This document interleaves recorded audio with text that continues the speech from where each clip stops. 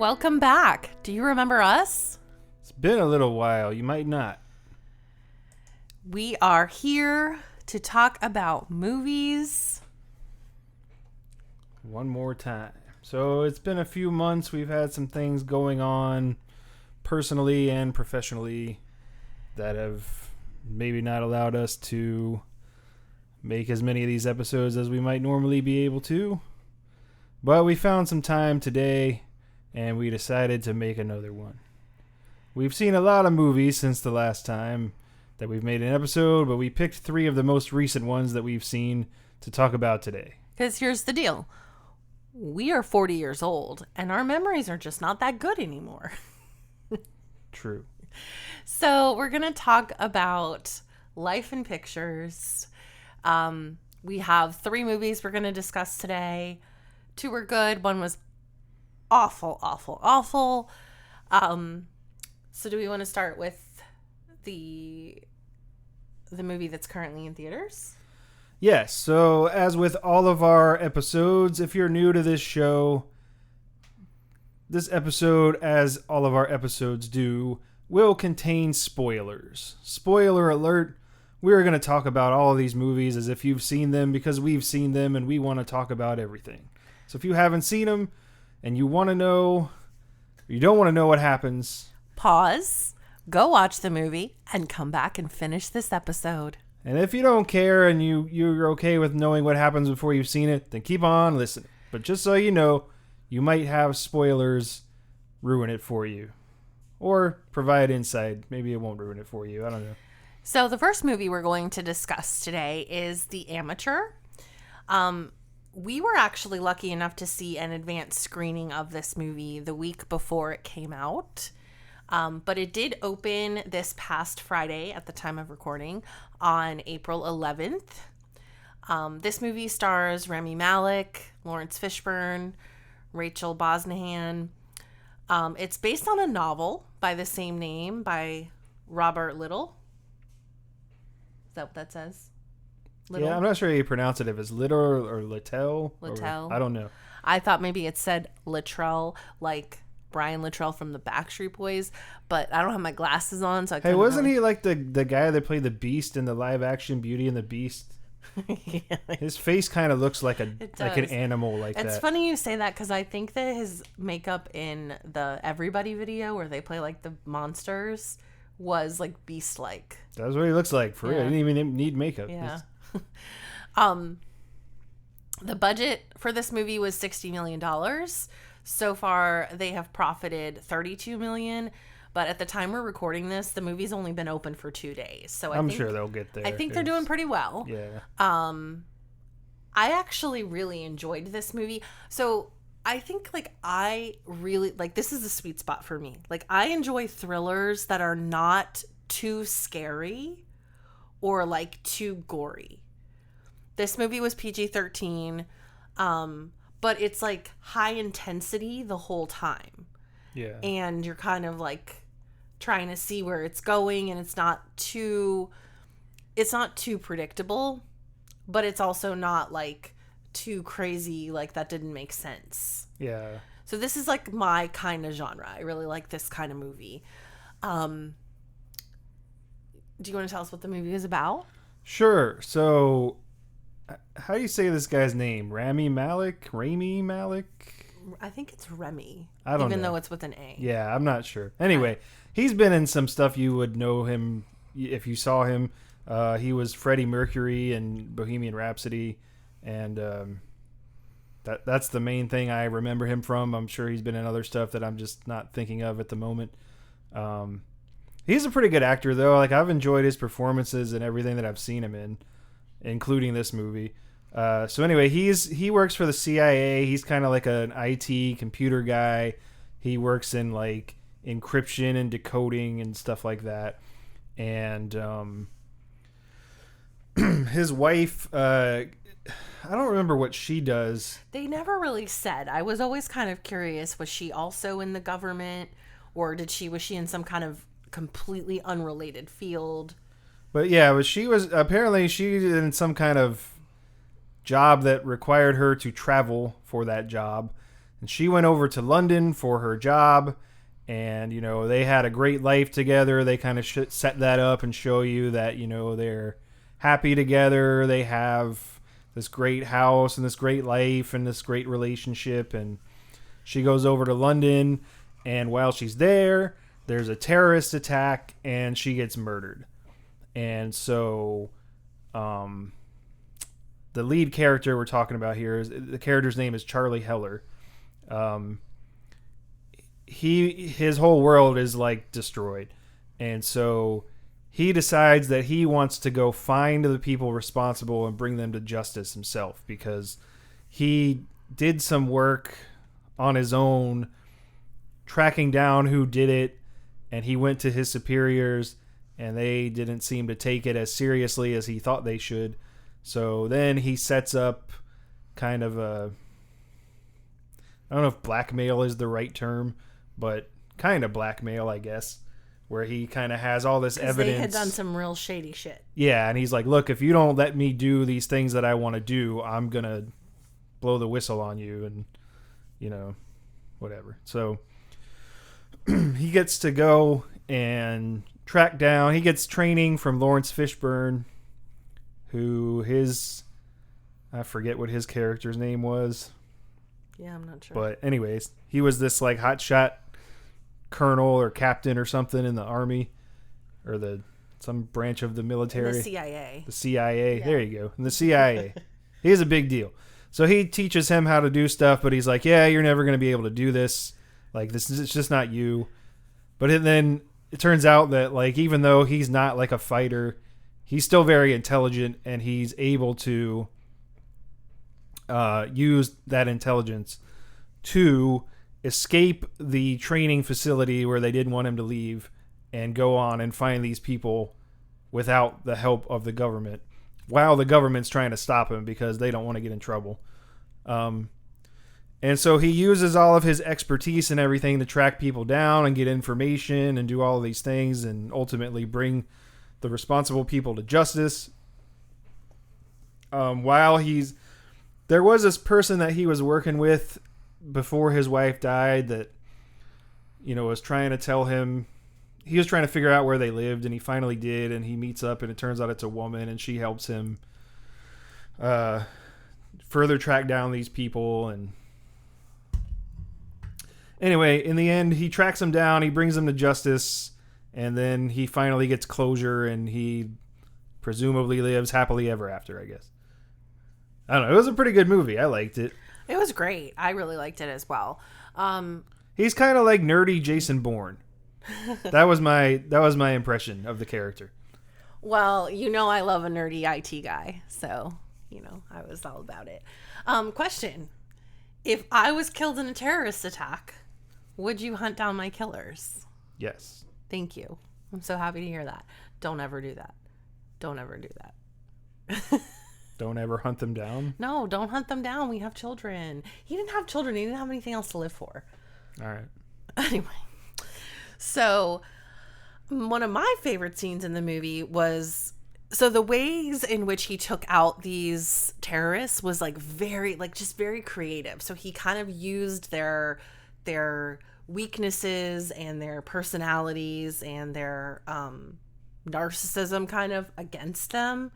And so he just did these like very brilliant things where he didn't actually like shoot them with a gun or stab them or whatever. But he took them out using these very creative means. Well, it turns out he was really good at rigging up explosives. Yes. And he used those to his advantage in some creative ways. I liked the way that he manipulated the video footage. Yeah. And so like the government was trying to track him, and then he used some sort of like face replacement technology so that they were getting these hits from like all over the world, like, oh, he's here, no, he's there, and they couldn't figure out where just he like was. These really random spots, and his face would appear on that body so that he could go where he needed to go. Yeah.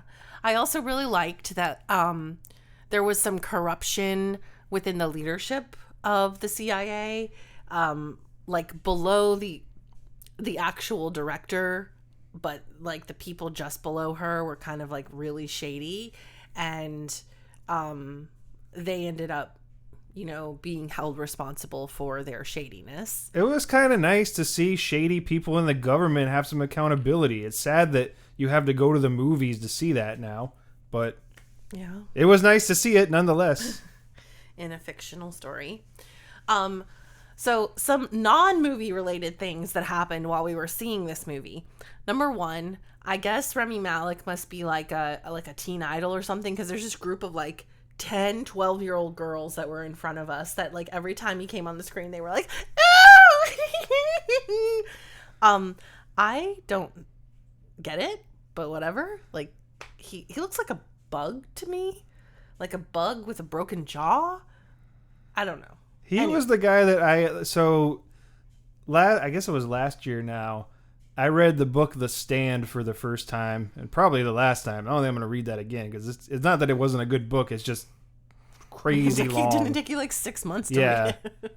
And so I don't think I want to do that again. But anyway, there's a character in this book that's like deaf and mute, and he was the guy I imagined in my head when I was reading it. And I was hoping he would play him in the movie, even though I knew he wouldn't because the movie came out in the 90s. But Yes. So, there was that, but then there was this guy talking, like having a conversation. I don't know if he was talking to someone in the theater or if he was on a cell phone, but like it would be like, a very quiet part of the movie, and you could hear this person having a conversation. And other people in the theater were starting to get upset. So it started with like a shh, be quiet. And then it turned into a shut the up.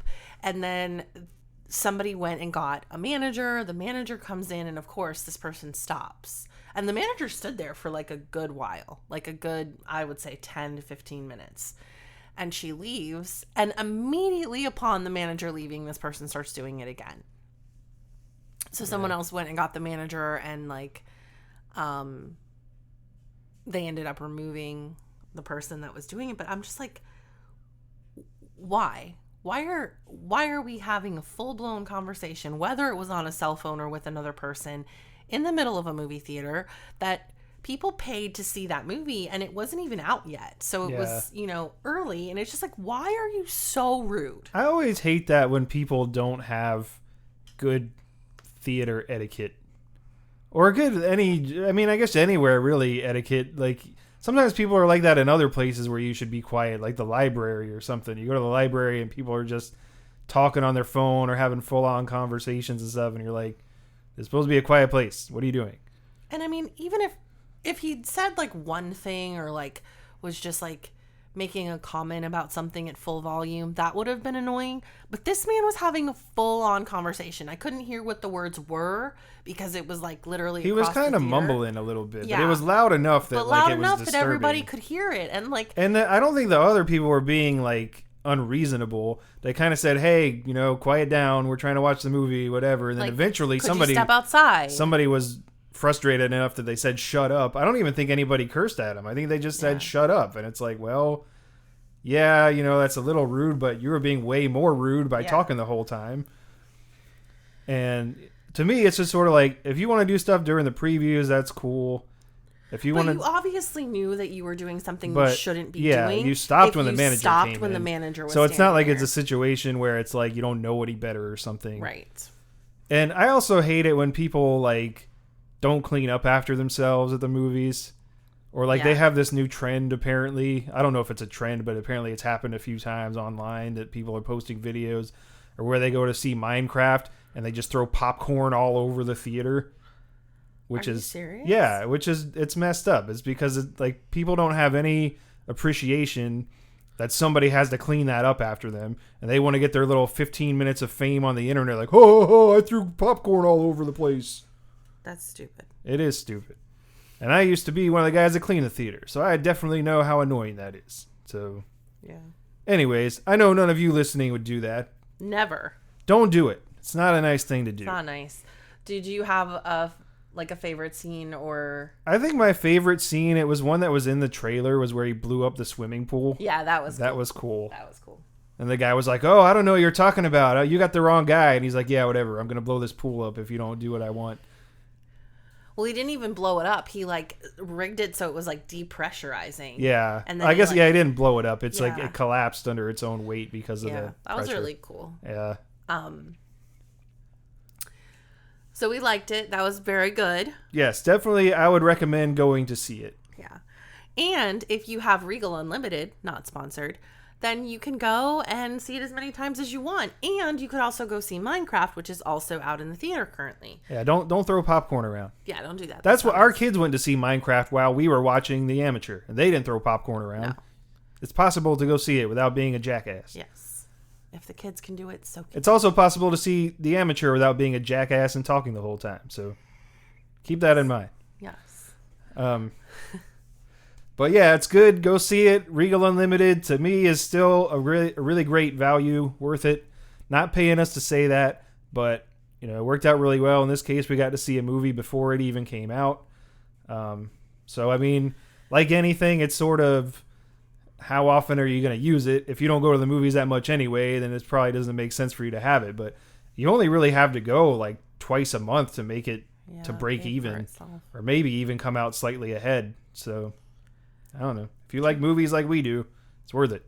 And it's not even necessarily just Regal. Like a lot of the theater chains have it now. Like if you don't have a Regal near you, Regal's what we have. I think AMC has a program. Has one, Cinemark has one. They all pretty much have it now. So that's one good thing about MoviePass. MoviePass was not sustainable, but I think it showed the theaters that people were interested. Mm-hmm. So good on them for doing something right. So the second movie that we watched was the movie Y2K, which came out in 2024. We watched this on Max. It is currently streaming on Max. We were interested in it because it was a comedy horror movie. I'm not super into like straight up horror movies that are like super dark or like super gory.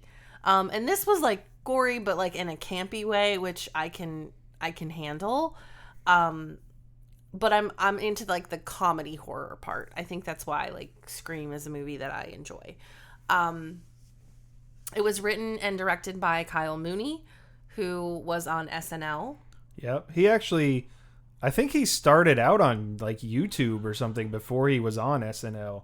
Yeah. And he sort of worked his way up. I mean, I don't know if he was like only on YouTube. Is he currently on SNL? I don't think he's on it No. anymore. Like I think he left to do like other projects. Other things, yeah. But I remember like watching him on like there was a few skits that he had put on YouTube in like 2015 that we used to watch at work and quote. It was pretty funny. And then I noticed like, oh, he's on SNL now. That's pretty cool that he's come a long way from where he was.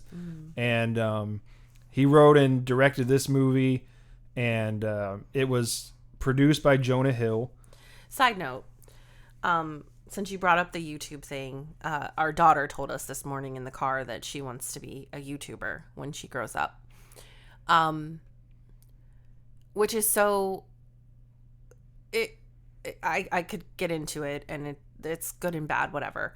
But I feel like people now like the forum of YouTube and even TikTok and Instagram Reels is such a great outlet to put people out there for their talents.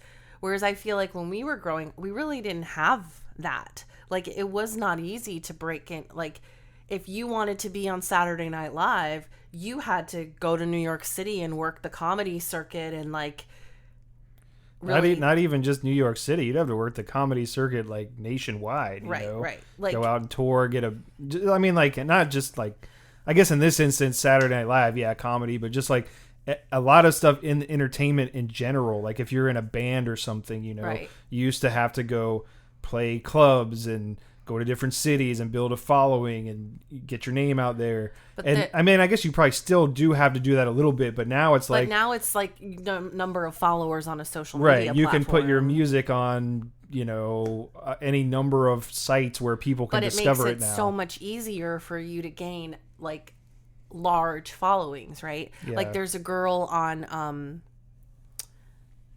I forget what her name is, Charlie or something like that. She's got like a bunch of followers on TikTok, and she used to do these TikTok dances, and now she's literally on Broadway. Yeah, I feel like it's kind of a double-edged sword too, because it's like it kind of levels the playing field a little bit, but also because the playing field is leveled, then everybody has that same opportunity, so it's kind of oversaturated, and it's like for every one kind of diamond in the rough like that, there's like a billion like just crap, stuff. Where it's like, you watch YouTube or you do anything. To me, it's like you watch YouTube and you see sometimes there's like useful things on YouTube, or you see something like, oh, that's a really cool video. That seems useful. That's good information. And then other times you watch it and it's like okay, so you go back to the example of like our daughter. She watches YouTube all the time, and I actually kind of don't like it. And it's like, I don't really like the way that YouTube is set up to where their parental controls are basically like you can tell it to be in kids mode where it won't show them super inappropriate stuff, but like you can't really tell it like block this channel specifically or block this video specifically. It's like all or nothing kind of thing. And it's like a lot of times I see stuff that she's watching and I'm like, I don't really want her to watch that, but the only option to complain about it is to say like, hey, this video is inappropriate or something. And I'm like, I don't think it's inappropriate for everyone. I just don't want her to watch it, I wish they would give me an option to say, don't show this to me personally. I don't care what other people do. I'm not trying to get them banned or anything. I just don't want my kid to see it. Yeah. And like sometimes she's interested in something. Like we've been like we got a 3D printer. And I was trying to show her all of the different things you can do with it. And I'm like, yeah, there's some really great YouTube videos out there that can illustrate this point. And like, that seems useful to me. But other times she's like, I'm going to watch a video of some guy that literally just tells me that donuts exist. I'm like, what are you even doing right now? Some guy like, oh my God, guys, donuts are a thing. And the guy has like 4 billion views, and he has like $10 billion in the bank he made by telling people donuts are a thing somehow. I just wonder if if those platforms had been around when we were younger, like, would we have been famous? Yeah, I don't know. And I was meant to be a pop star. Like, I think about that too. And I mean, I'm not trying to like really criticize people. Like whatever, man. If you made a video about donuts and it made you $10 billion, good for you. Do your thing. I'm not trying to whatever. Like, I'm not trying to throw too much shade at it. But at the same time, it's kind of like I was saying, it's like, I'm not saying like nobody should ever watch that. I'm just saying I don't want to watch it. Like, it's like, I get why you're doing these things from like a business standpoint or whatever, or like, cause you got a lot of views and you like, okay, let's keep it going. But I'm just saying, like, from a entertainment standpoint, it's like, that's just freaking boring and stupid to me. Like, why would I want to watch that? But like, it also does give people the opportunity to make things that you do like or that are useful or whatever. And I know that's all subjective. Everybody right. Like, for me sitting here saying that's stupid, there might be somebody out there saying, well, I really love knowing that donuts are a thing. So right. you're and stupid. I had many years where like I was really into watching YouTube videos and makeup tutorials and things like that. Whereas like you probably wouldn't sit down and want to watch those, but I was able to like, sort through like who was truly very good at the craft and who was just kind of doing it because it was a flash in the pan kind of thing. Right. And I mean, even like right now, this isn't YouTube per se, but I mean, it's kind of the same thing where it's like podcasts weren't really a thing before. I mean, they've been a thing for a lot longer than people probably realize, but they haven't been mainstream the way that they are now. The first time I remember hearing about podcasts was probably like 2006-ish, which I don't think a lot of folks were listening to them back then, but I remember it was definitely a thing. And then I remember when I started my first podcast, Under the Radar with Travis McLeod, which hasn't had an episode in a year or two now. But if you want to check it out, it's still out there. That was back in 2013. And it was like right on the cusp just before podcasting was everywhere. And now everyone ever has a podcast about anything you could possibly imagine. And it's sort of like if you say, hey, I got a podcast, it's like, hey, I got Facebook. It's like, who cares? You know? But it's also cool because there's so many, it's sort of like YouTube or any other sort of social media like that. There's so many options for content and everything where it's like it's good and bad, because it's like you got to sort of be able to sift through all of that information and find the good information and separate it from the bad. And, you know, that's kind of just the issue with the internet in general too, is having so much information and it being that easily acceptable, and it's not really regulated, you know, and it's good and bad, because it's good that, you know, there's a thing like that, but it's bad because it has the potential for so much misinformation. And people now are kind of at the point where they're just like, hey, if I see it on the internet, then I just accept it as fact, you know? Yeah. Or they have like AI is starting to like creep into things. You know, anytime you do a Google search now, the first thing that pops up is AI overview. And sometimes that AI overview is the answer you're looking for. And sometimes that AI overview is completely wrong. And it's just something that it found when it was searching what you typed in. Right. And a lot of people, they say, oh, well, the overview says this, so that's the answer. And it's like, it might be the answer, but you probably should like take a closer look at it and make sure it is before you just accept it as fact. I think the danger in that is that it is leading to people just not thinking. Yeah, and I think the thing about that is it's like, it's always kind of been that way in one way or another. Like, I mean, it's not necessarily like a new phenomenon. Like when we were growing up, it's not like there was no misinformation or anything, but it was like, if your buddy on the playground tells you, yeah, I don't know, the moon's made out of cheese or something, right? Like, you'd have your parents to say, yeah, your friend's an idiot, don't listen to them. But now your parents would be like, let me Google that. Oh, AI says it's made of cheese, I guess he's right. Or like, you know, if you went to the library and you checked out a book and you read a book on a subject, you could probably be confident that like that book went through several layers of people like vetting and editing. Yeah, like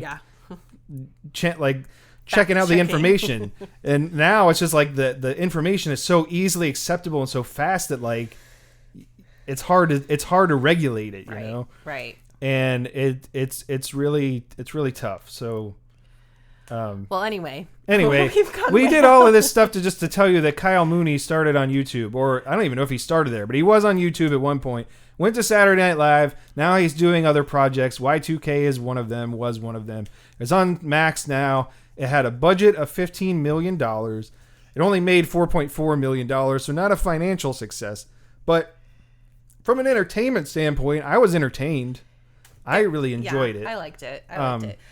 It stars Rachel Ziegler, who is currently playing Snow White, which I've heard is absolutely terrible. I've heard it's terrible too. I have not seen it. I haven't seen it. I kind of want to check it out just to see how bad it is or how good it is or whatever. Because I kind of like a good underdog story, you know. But everyone I've talked to that has seen it has not recommended it to me. So maybe I'll wait for Disney Plus. Yeah.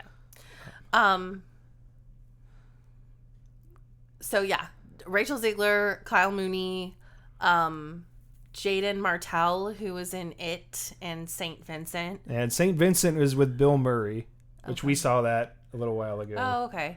And then Julian Dennison, who was in Deadpool 2. And then my two favorite cameos, or one was actually like a pretty major role. Yeah. Fred Durst and Wes Borland from Limp Bizkit.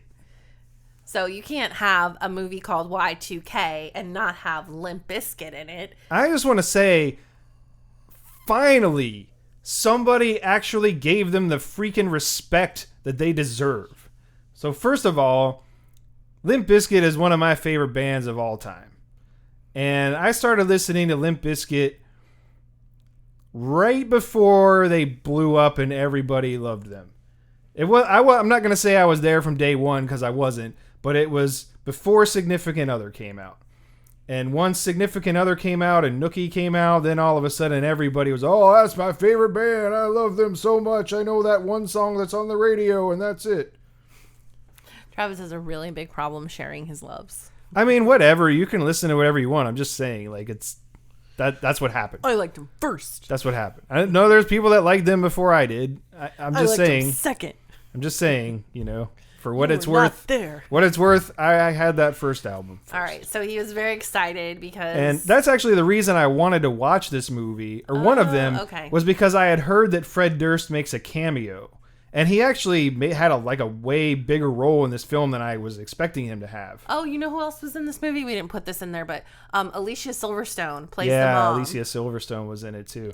Yeah. So that was really cool. I guess we're kind of jumping around here, like to the favorite scenes and stuff like that. But what I was gonna say was, a lot of times when you hear people talk about the 2000s or whatever, they don't talk about Limp Bizkit that much, and it just like blows my mind. Like, you turn on like satellite radio or something, and they have like the 2000s station, and you like don't really hear Limp Bizkit, or you see whatever stuff on TV, and I'm like, how are you not gonna talk about Limp Bizkit? Like, they weren't like the biggest band in the world back then.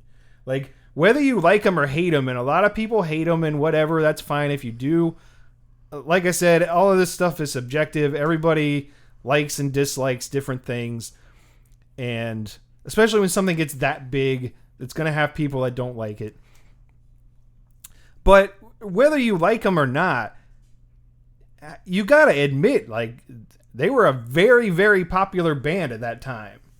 They were. I liked them. So. It's just weird that, like, people don't really talk about it when they recall the 2000s like that.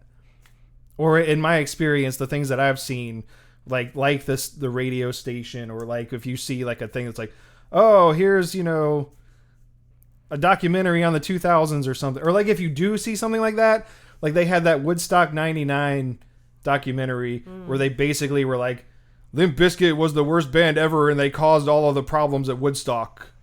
I was just expecting them to flash a thing at the bottom that said, like, if you or someone you know of has been adversely affected by Limp Bizkit, call the number on your screen. And I'm like, dude, and all that stuff happened the day after they left. Like, what do you want? Maybe it's because you were charging a bunch of money for stuff people need to live, like water, when it was like people are passing out, and you're like, hey, $15 for water. Think about it. So you'll get it. This movie takes place on the last night of 1999. These two high school juniors, they crash a New Year's Eve party. There's a lot of really nostalgic, like, clothes and music, and like it was just a lot of fun. Basically, the machines rise up against humanity when it switches over to New Year's Day, and they're kind of fighting for their lives against the computers. Basically, all the things that... Well, yeah, let's back up and cover that. So if you are around our age, you're probably familiar with what Y2K was. If you're not, if you're like our kids or you're, younger, you may or may not have been around for Y2K.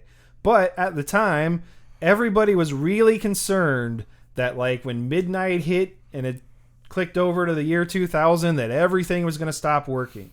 And the reason was because all of the software that ran everything had been coded to only use the last 2 digits of the year. So, which is fine, but when it resets at the year 2000, they were worried that it wouldn't have a way to differentiate between 1900 and 2000, because it's just 00. And so everybody was like, oh, the world's going to end, all kinds of crazy stuff's going to happen, and shut your computer down, shut all the stuff down, Spoiler alert, that didn't happen. It didn't happen, and I think it didn't happen because a lot of they were able to update the software for a lot of that stuff to compensate for it, and so it didn't happen. Right.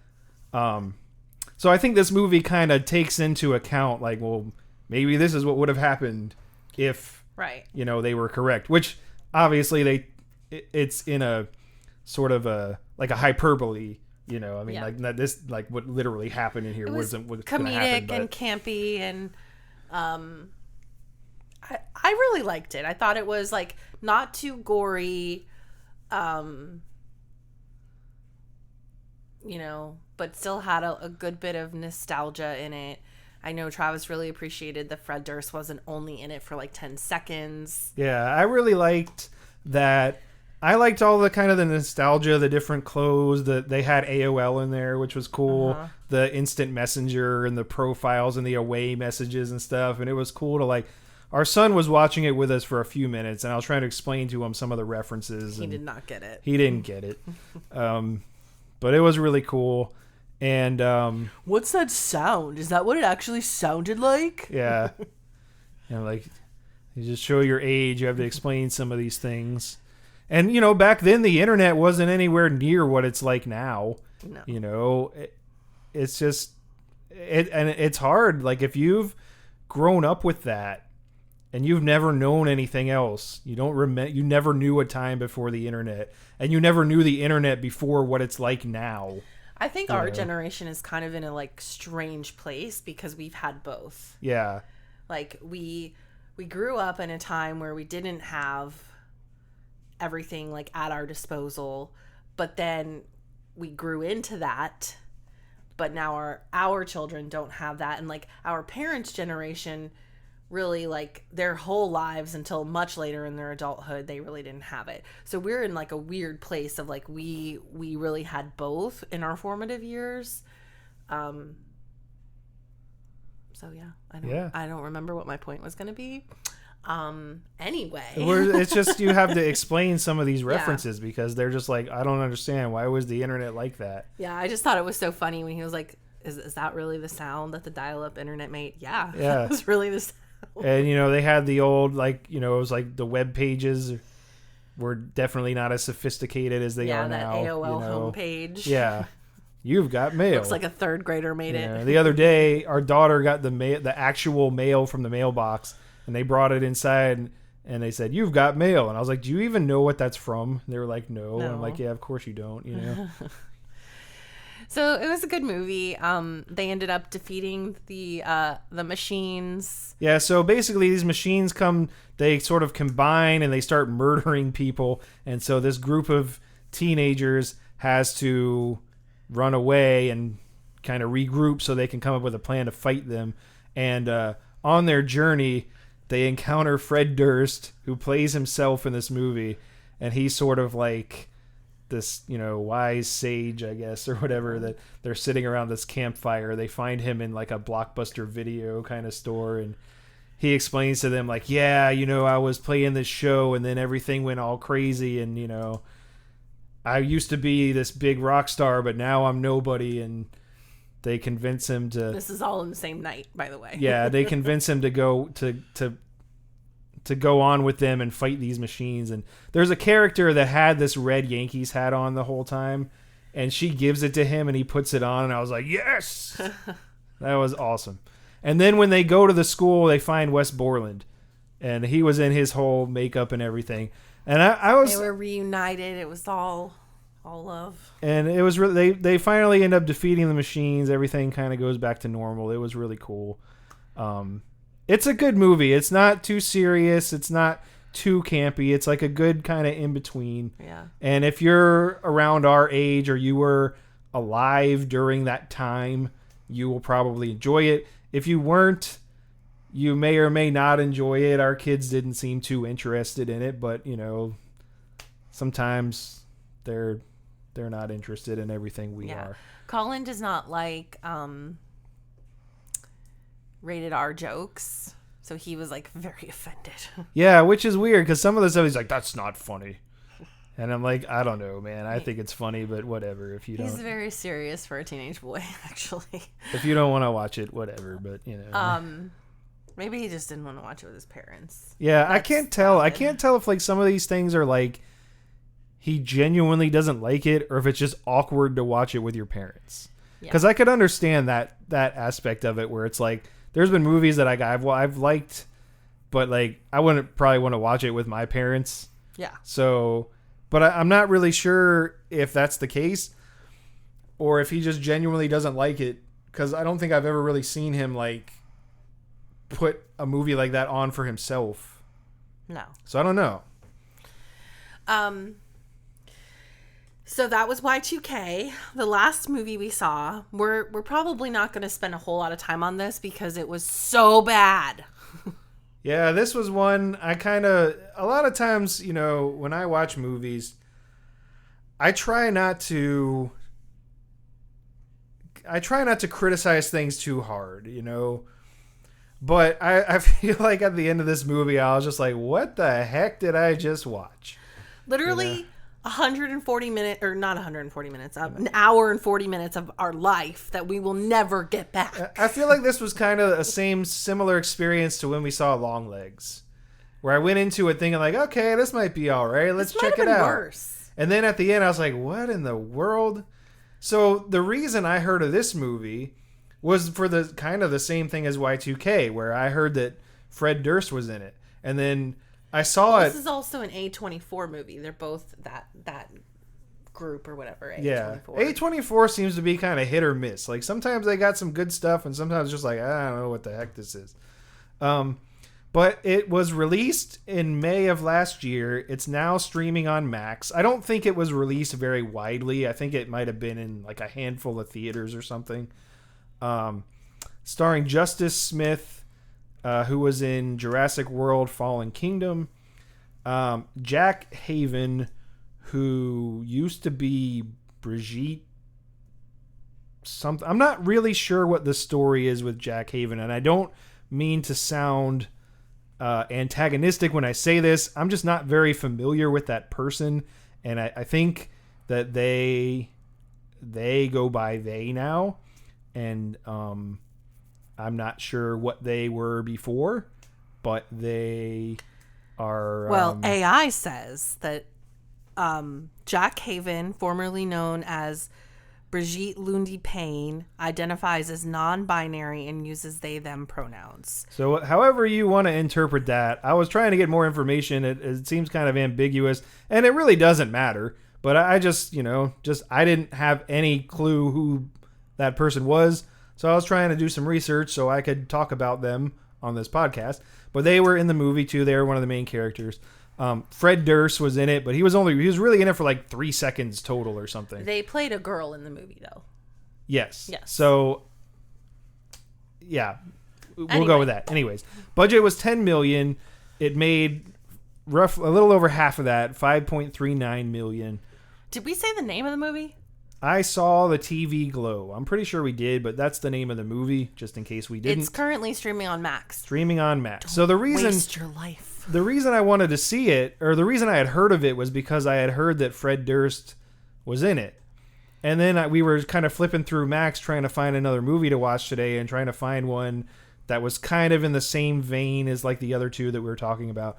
And I saw that title and I was like, I've heard that name before. Where do I know it from? And then we saw it had the list of the people that were in it, and it said Fred Durst. And I was like, oh, yeah, I remember hearing about this. I wanted to watch it.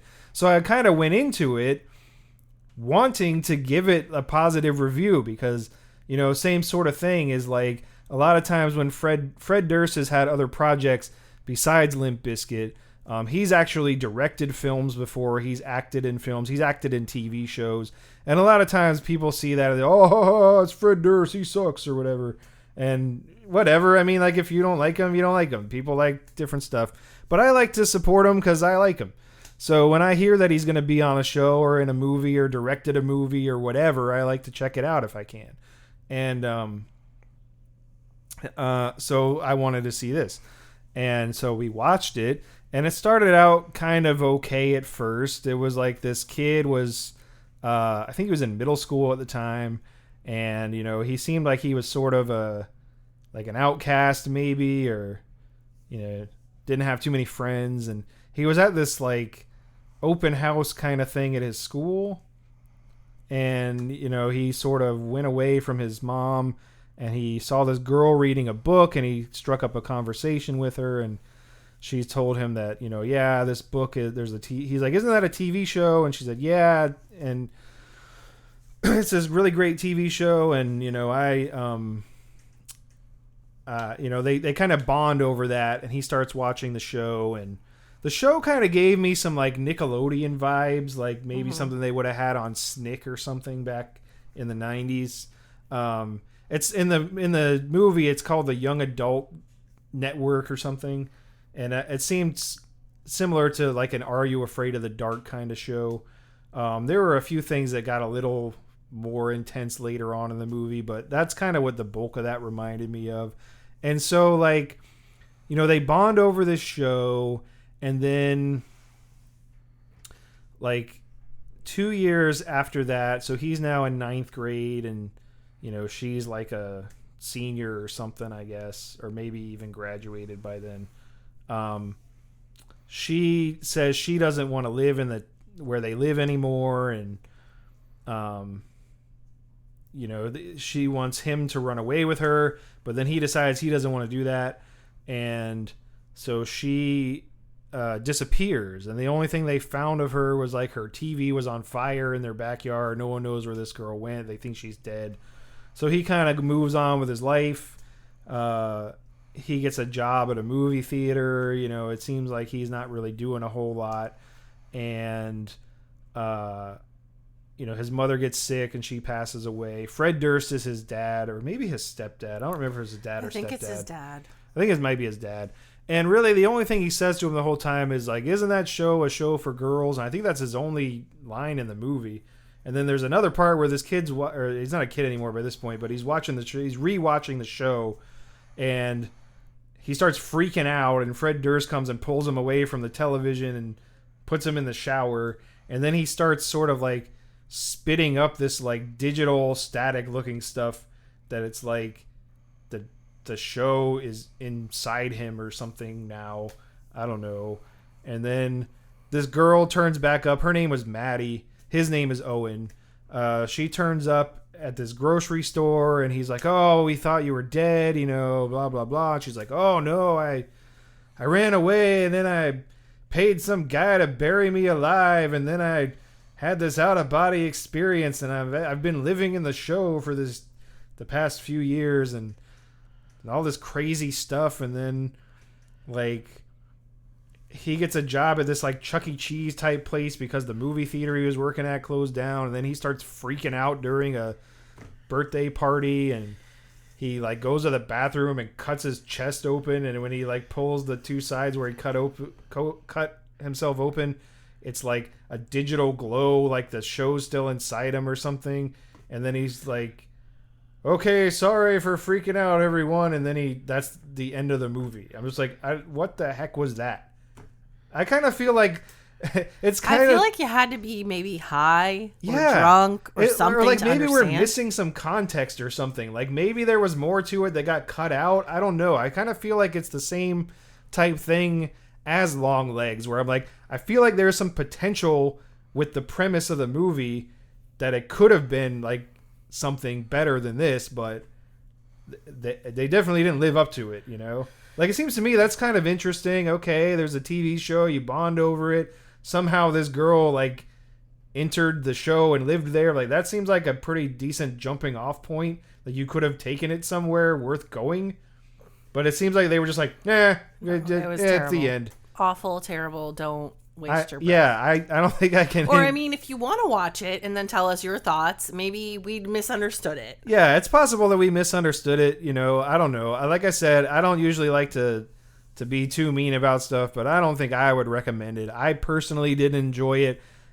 All of this stuff is subjective. Maybe you will. You know, whatever. Check it out if you want. If you don't, I personally wouldn't recommend it. But it is on Max. So if you have Max...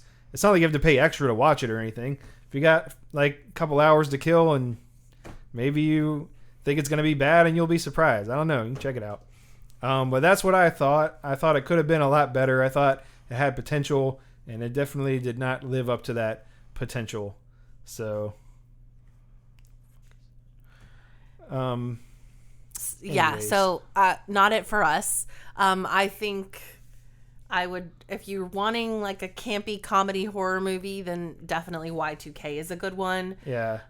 If you're wanting a thriller that's currently in the theater, The Amateur is great. Yeah. So yeah, sorry we've been gone for a while. We have some plans coming up for the future. We're going to try to watch a few more movies. I kind of enjoy giving my thoughts on social media and all that stuff during this. I think maybe this podcast doesn't necessarily only have to be talking about movies. I mean, we can talk about other stuff too. So I don't know. What do you guys think? Would you like to hear more of that kind of stuff too?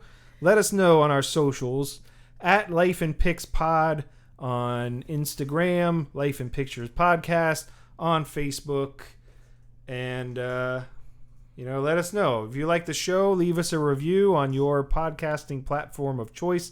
If you didn't like the show, you can leave a bad review too, but we hope you liked it. And if you do leave a review, I think that kind of helps us out with the algorithm. But, do whatever you want. We ain't here to tell you what to do too much. Thanks for listening.